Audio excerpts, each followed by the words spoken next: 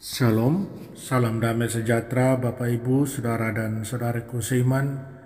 Senang berjumpa kembali dengan Anda dalam permenungan harian Sabda Tuhan, Embun Sabda, Senin 30 Agustus 2021. Semoga Anda semuanya dalam keadaan sehat-sehat, tak kurang satu apapun, tetap semangat, tetap tersenyum, tetap berpengharapan pada Tuhan kita Yesus Kristus. Anda semuanya dalam lindungan kasih Tuhan. Buat yang sakit, dalam nama Tuhan Yesus, Anda sembuh. Mari kita siapkan hati, siapkan diri kita untuk mendengarkan dan merenungkan firman Tuhan. Tuhan sertamu dan sertamu juga. Inilah Injil Yesus Kristus menurut Lukas. Dimuliakanlah Tuhan. Sekali peristiwa, datanglah Yesus di Nazaret tempat ia dibesarkan. Seperti biasa pada hari Sabat, ia masuk ke rumah ibadat. Yesus berdiri hendak membaca kitab suci. Maka diberikan kepadanya kitab Nabi Yesaya. Yesus membuka kitab itu dan menemukan ayat-ayat berikut. Roh Tuhan ada padaku, sebab aku diurapinya untuk menyampaikan kabar baik kepada orang-orang miskin.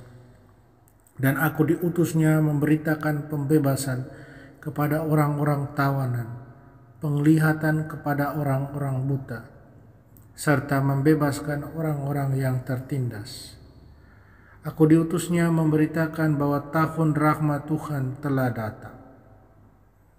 Kemudian Yesus menutup kitab itu dan mengembalikannya kepada pejabat lalu duduk. Lalu ia duduk dan mata semua orang dalam rumah ibadat itu tertuju kepadanya. Kemudian Yesus mulai mengajar mereka, katanya, "Pada hari ini genaplah ayat-ayat kitab suci itu pada saat kalian mendengarnya." Semua orang membenarkan Yesus. Mereka heran akan kata-kata indah yang diucapkannya. Lalu kata mereka, "Bukankah dia anak Yusuf?" Yesus berkata, "Tentu kalian akan mengatakan pepatah ini kepadaku, 'Hai tabib, sembuhkanlah dirimu sendiri.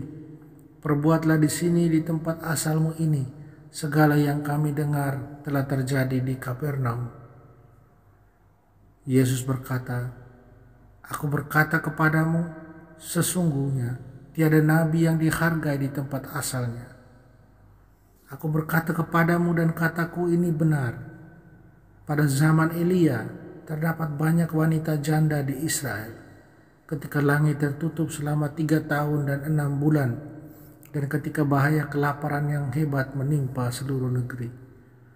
Tetapi Elia diutus bukan kepada salah seorang dari mereka, melainkan kepada seorang wanita janda di Sarfat di tanah Sidon. Dan pada zaman Nabi Elisa, banyak orang kusta di Israel, tetapi tidak seorang pun dari mereka yang ditahirkan, selain Naaman orang Syria itu." Mendengar itu sangat marahlah semua orang di rumah ibadat itu. Mereka bangkit lalu menghalau Yesus keluar kota dan membawa dia ke tebing gunung tempat kota itu terletak untuk melemparkan dia dari tebing itu. Tetapi Yesus berjalan lewat di tengah-tengah mereka lalu pergi. Demikianlah sabda Tuhan. Terpujilah Kristus.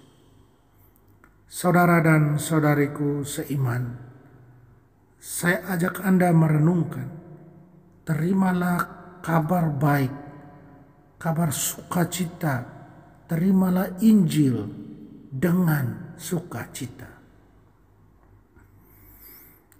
Saudara dan saudariku terkasih, bagaimana reaksi Anda dan saya jika seandainya Yesus menyampaikan pesan yang sama seperti dalam Injil di mimbar gereja tempat kita? Dia menyampaikan itu dari mimbar gereja tempat kita. Apakah kita kemudian mempertanyakannya karena kita berpikir bahwa kita sudah mengenal Dia dengan baik sekali? Dalam Injil hari ini kita membaca, kita mendengar Yesus kembali ke kampung halamannya Nazaret. Dan seperti biasa pada hari Sabat, Dia ke sinagoga untuk beribadah. Dan kadang-kadang membaca kitab suci dan mengomentarinya kepada orang-orang. Orang-orang kampung halamannya mendengarkan dengan penuh perhatian. Mengapa? Karena mereka telah mendengar begitu banyak mujizat yang Dia buat di kota-kota lain. Orang-orang di Nazaret mendengarkan Yesus sambil menantikan soal tanda apa yang akan Dia lakukan di kampung halaman sendiri. Tetapi yang terjadi di luar dugaan mereka.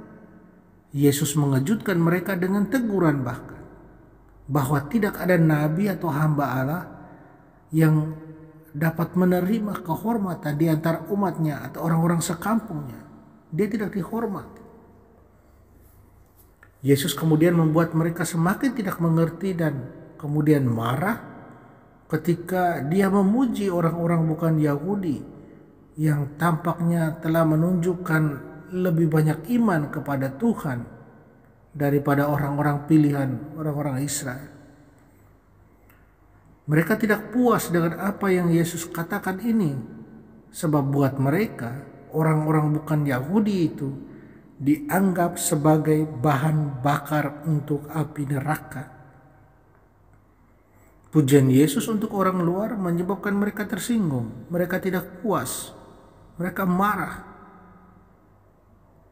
Karena pada dasarnya mereka buta akan belas kasihan Allah dan rencana penebusan bagi semua bangsa. Saudara dan saudariku terkasih, kata Injil secara harafiah kita tahu berarti kabar baik. Dalam Yesaya bab 61 ayat 1-2, Yesaya menubuatkan bahwa Mesias akan datang dalam kuasa Roh Kudus untuk membawa kebebasan bagi mereka yang tertindas oleh dosa dan kejahatan. Yesus datang untuk membebaskan orang dari tirani terburuk yang mungkin terjadi. Tirani perbudakan dosa, ketakutan akan kematian, dan kehancuran tubuh dan jiwa. Untuk ini hanya kuasa Tuhan yang dapat menyelamatkan. Demikian pun kita harus pahami bahwa kita diselamatkan dari kekosongan, dari kemiskinan roh, dari kebingungan, kesalahan, dan dari ketakutan akan kematian dan keputusasaan. Karena Yesus, karena kabar baik atau sukacita yang dibawanya itu. Injil keselamatan adalah kabar baik bagi kita kemarin, hari ini, dan besok. Pertanyaannya, apakah kita tahu sukacita dan kebebasan Injil itu yang dibawa Tuhan Yesus? Saudara dan saudariku terkasih dalam Tuhan, kita diundang Yesus sendiri untuk membuka diri selalu, untuk merendahkan diri, untuk rendah hati, membiarkan Roh Tuhan bekerja dalam diri kita, agar dengan sukacita, sekali lagi dengan sukacita, kita membaca, kita mendengarkan Tuhan Yesus lewat sabda-sabdanya. Karena dengan sikap sukacita dan bukan penolakan, akan membawa kita, membangkitkan dalam diri kita untuk sungguh juga menjadi kabar baik, untuk menjadi Injil lewat perilaku hidup kita sehari-hari, setiap hari. Dan dengan itu sungguh menunjukkan bahwa kita benar-benar orang beriman pada Tuhan Yesus. Mari kita berubah. Amin. Mari kita mohon kekuatan dari Tuhan, kita berdoa. Tuhan Yesus, Engkau adalah pemenuhan semua harapan dan keinginan kami. Roh Kudus-Mu memberi kami rahmat, kebenaran, kehidupan, dan kebebasan. Penuhi kami dengan sukacita Injil, dan nyalakanlah hati kami dengan cinta dan semangat untuk-Mu dan keinginan-Mu. Amin. Mari kita mohon berkat Tuhan sertamu dan sertamu juga. Kita sekalian, semua orang yang kita sayangi, kita kasih. Segala usaha, kerja kita, karya kita, dilindungi, dibimbing dan diberkati Allah yang Maha Kuasa, Bapa dan Putra dan Roh Kudus. Amin.